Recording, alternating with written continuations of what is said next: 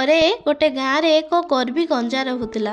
ସେ ଭାବୁଥିଲା ସେ ଯଦି ସକାଳୁ ନ ରାବିବ ତେବେ ସୂର୍ଯ୍ୟ ଉଇଁବେ ନାହିଁ। ଆଉ ସୂର୍ଯ୍ୟ ଯଦି ନ ହୁଅନ୍ତି ତେବେ ତ ଦୁନିଆ ପୁରା ଅନ୍ଧକାର ପାଲଟିଯିବ। ଦିନେ ଗଞ୍ଜାଟି କ'ଣ କଲା ନା, ଗାଁର ଅନ୍ୟ ପଶୁପକ୍ଷୀମାନଙ୍କୁ ସବୁ ଡାକିକି ଏକାଠି କଲା ଆଉ କହିଲା, ଦେଖ ମୁଁ ହେଉଛି ଏ ଗାଁର ସବୁଠୁ ବଡ଼ ସେଲିବ୍ରିଟି। ମୋ ଯୋଗୁଁ ସକାଳ ହେଉଛି, ତେଣୁ ଆଜିଠାରୁ ମୋତେ ସ୍ପେଶାଲ ଖାଇବା ମିଳିବା ଦରକାର, ନହେଲେ କାଲି ସକାଳୁ ମୁଁ ରାବିବି ନାହିଁ ଆଉ ସୂର୍ଯ୍ୟଙ୍କୁ ମଧ୍ୟ ଆସିବାକୁ ମନା କରିଦେବି। ସେଠାରେ ଏକ ଚତୁର ବିଲୁଆ ବସି ଗଞ୍ଜାର ସବୁ କଥା ଶୁଣୁଥିଲା ଏବଂ ସେ ତ ଜାଣିଥିଲା ଗଞ୍ଜାଟା ଏକ ନମ୍ବର ମୂର୍ଖ।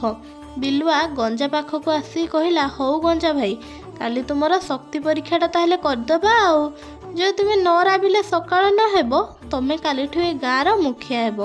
ଗଞ୍ଜାଟି ମନେ ମନେ ମୁଖିଆ ହେବା ଖୁସିରେ ସେଦିନ ରାତିରେ ପାଟି ବନ୍ଦ କରି ଶୋଇଲା ଏବଂ ସେ ଭାବୁଥିଲା, କାଲି ଦେଖିବାରେ ସମସ୍ତେ ଅନ୍ଧାରରେ କେମିତି ହଇରାଣ ହେବ ଏବଂ ମୁଁ କାଲିଠୁ ଏଠିକାର ମୁଖିଆ ହେବି ଆଉ ସମସ୍ତଙ୍କ ଉପରେ ନିଜର ହୁକୁମ ଚଲେଇବି।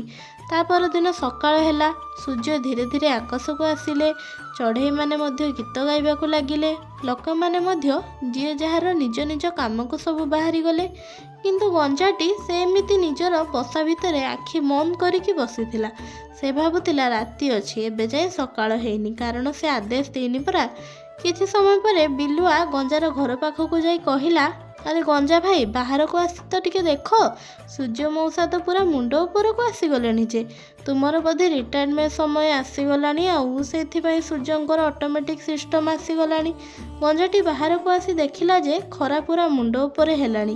ସବୁ ପକ୍ଷୀମାନେ ମଧ୍ୟ ତାକୁ ଦେଖିକି ହସୁଥାନ୍ତି। ଗଞ୍ଜାଟି ଏହା ଦେଖି ଲାଜରେ ପୁରା ମୁହଁ ତଳକୁ କରିଦେଲା ଏବଂ ସେହିଦିନ ଠାରୁ ସେ ଆଉ କାହାରି ସାମ୍ନାରେ ଗର୍ବ କରେ ନାହିଁ। ଏଇଥିରୁ ଆମେ କ'ଣ ଶିଖିଲେ କମେଣ୍ଟ ମାଧ୍ୟମରେ ନିହାତି ଜଣାଇବେ।